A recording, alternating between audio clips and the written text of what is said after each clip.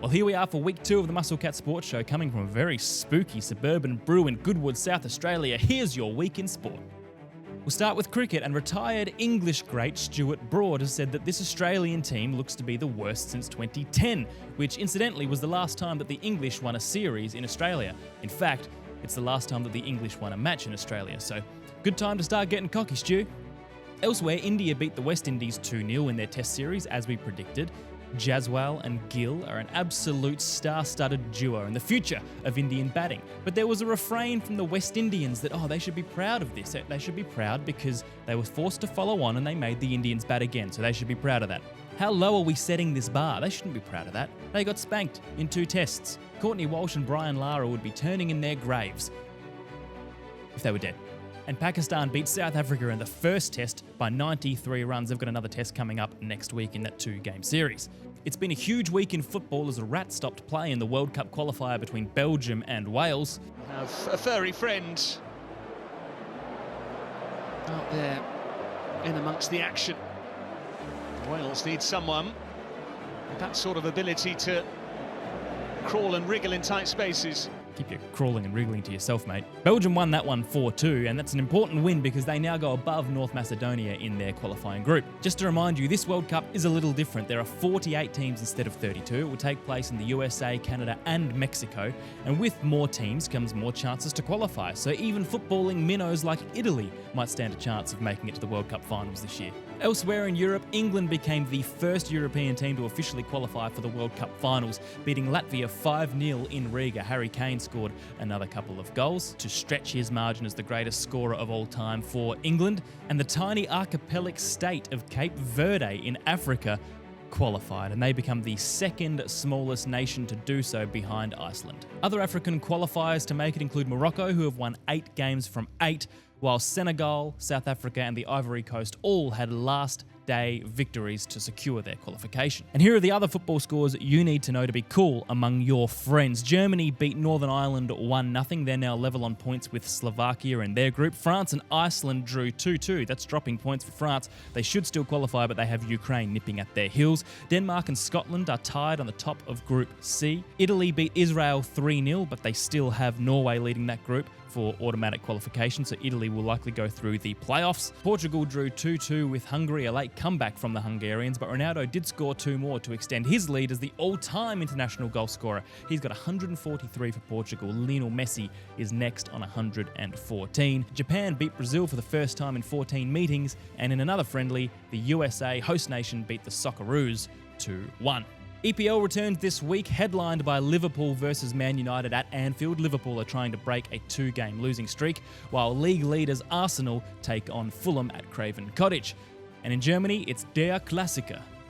Bayern Munich versus Borussia Dortmund. First and second on the table, arch rivals. Make sure you tune in. That's Sunday morning.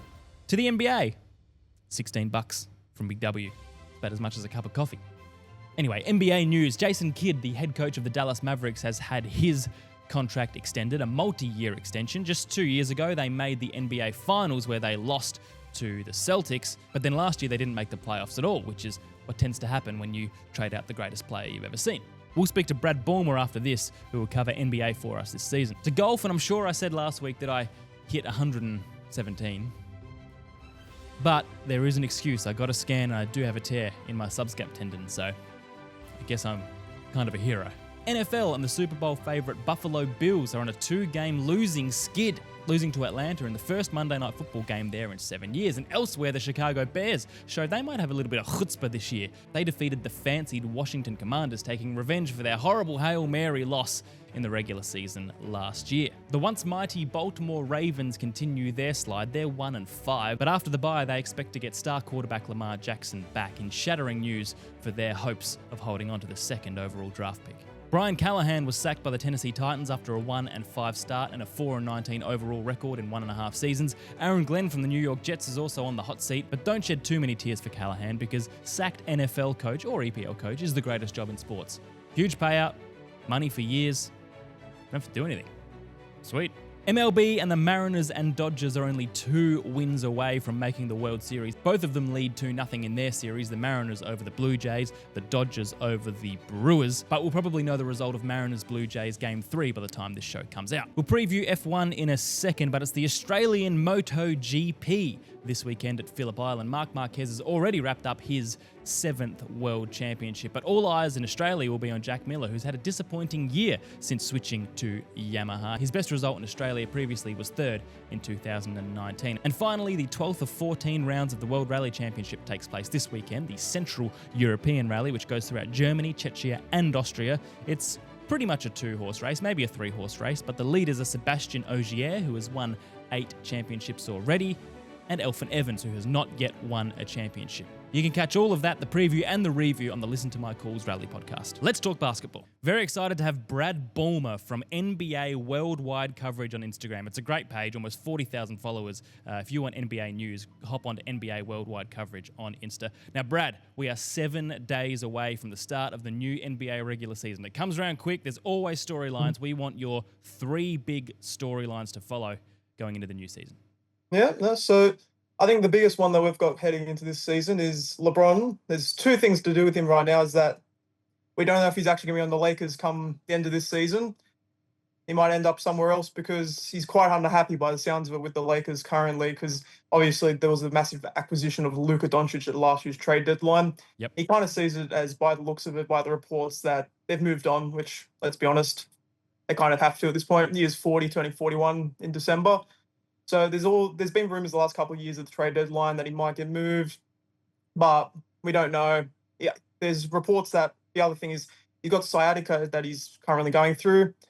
So nerve pain that runs down like your backside through your leg tends to be in an older person. So he's currently going to be able I was going to say, that sounds like an old man's injury. I think I've got a bit of that.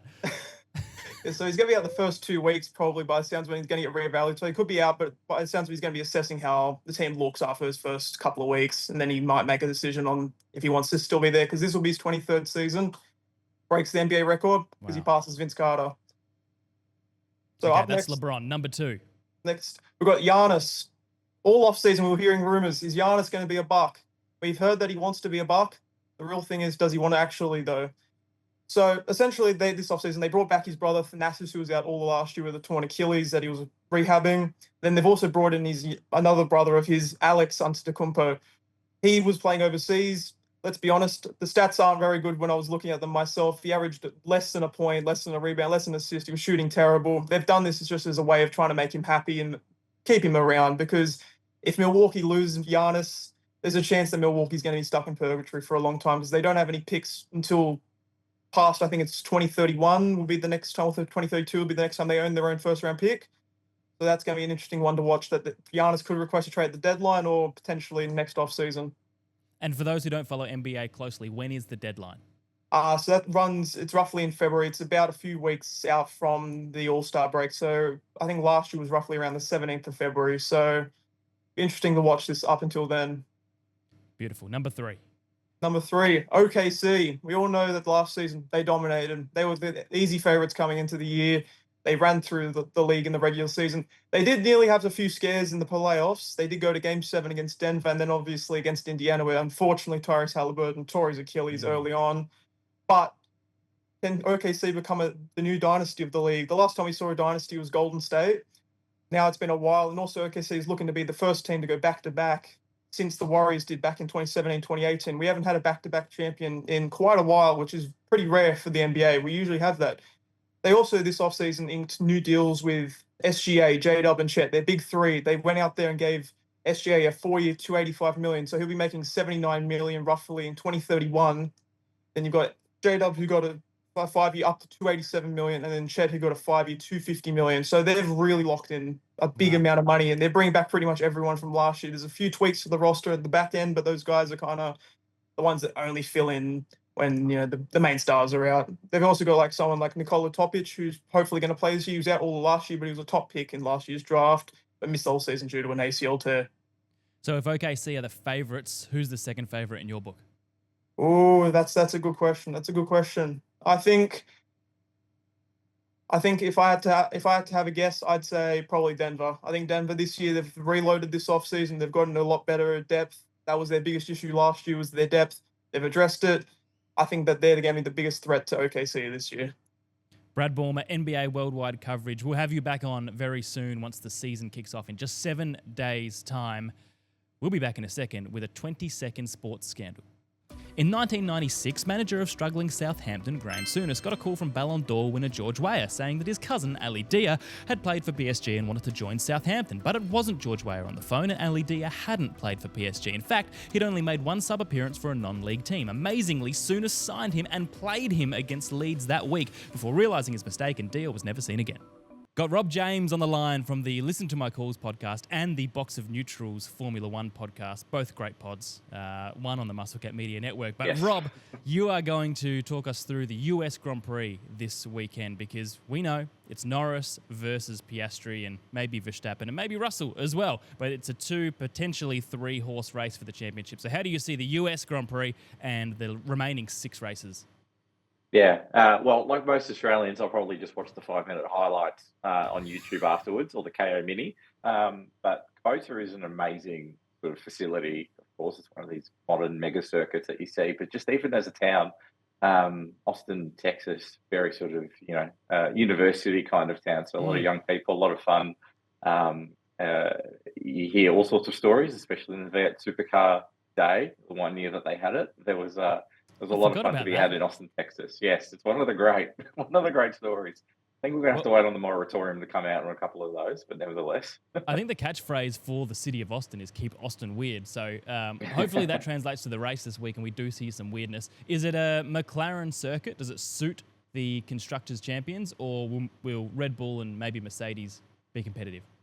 Yeah, well, of course, Sonny Hayes has tested the McLaren over at COTA earlier in the year, so they've got some data on the books in terms of that track. It's one of the sort of, it's now almost classed as a heritage circuit. It's been on the Formula One tour for over 10, 15 years now, which is classified as old. I think that's what Stefano Domenicali classifies as a heritage event now. So, but history is not important alone. That won't keep on the calendar, according to Domenicali, so we'll see where that goes. Yeah, expected to rotate with Monza at some point in the future, probably in Monaco maybe. But for McLaren, I think this is a different championship for the drivers, really. So obviously they've wrapped up the constructors over at the Singapore Grand Prix, which was marred with a little bit of controversy. It wasn't the happy sort of hunting ground that they were maybe expecting, at least from the PR exercise of it. But I think with McLaren, it's a case of damned if you do, you're damned if you don't. But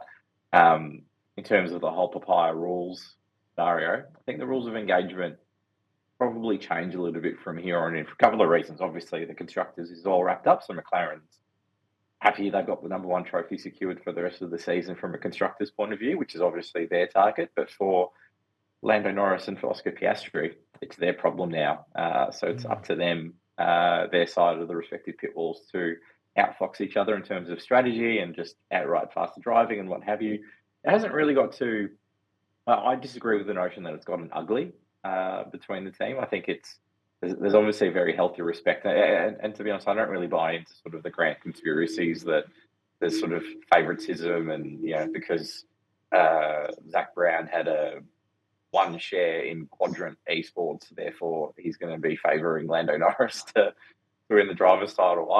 We can joke about it, but in reality, I don't think that's the case. They're smart business operators, and obviously they're 2 very good drivers. It's going to be a case of who comes out on top at the end of Abu Dhabi. Granted, Oscar's led the majority of the championship this year. He's only 22 points ahead of Lando Norris, though, which is less than a race win. Yep. But that said, everyone's excited about, could Norris have a real surge towards the end of the season and overtake Oscar? But if I'm perfectly honest, if he's looking forward, he's also got one eye facing in the back with Max Verstappen in the background of him, because with 6 races to go, the Red Bull seems to be quite a stable car, quite a stable team. And I think that's no coincidence, obviously, with Laurent McKee's the godfather of the Halo at the helm, putting a very calming influence on that squad. they've come good at the back end of the season, and there's, albeit remote, there you would not discount the possibility that Max could overtake both McLaren drivers and end up on top come Abu Dhabi. It's really, I feel like this is the race that's going to set the tone for the rest of what happens in the next 5 races. So if we see that Max, wins and McLaren have a double DNF, which would be the worst case scenario for McLaren, then the title fight is wide open by this point. So, for as long as McLaren have been on top in the Drivers' Championship, it could just takes one bad result for it to all go very wrong. Albeit very remote possibilities, but I don't know. I just feel like this is going to be the start of an epic championship, the back half of this year's championship. Yeah, we said it with James Baldwin last week. The double DNF and Max win is a very remote possibility, but that would liven up the championship. Wouldn't please many Australians or Brits, but it would be good to watch. One word answer, who wins this weekend? Leclerc. It's going to be that kind of weekend where it's going to... All right, well, neither did I, to be perfectly honest. Question without notice. To be fair, I don't really...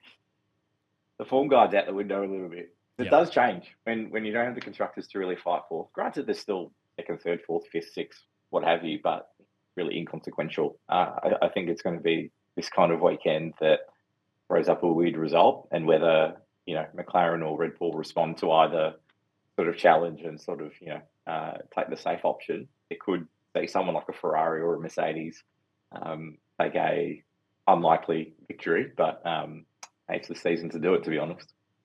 Rob James, listen to My Calls podcast and the Box of Neutrals F1 podcast. Thanks for joining. We'll be back in just a sec. Not only do we have this show, we have the Monday night live stream, the phone in. It's like talkback radio without the radio bit. Talkback radio for 2025. Well, that's it. See you Monday for the live stream.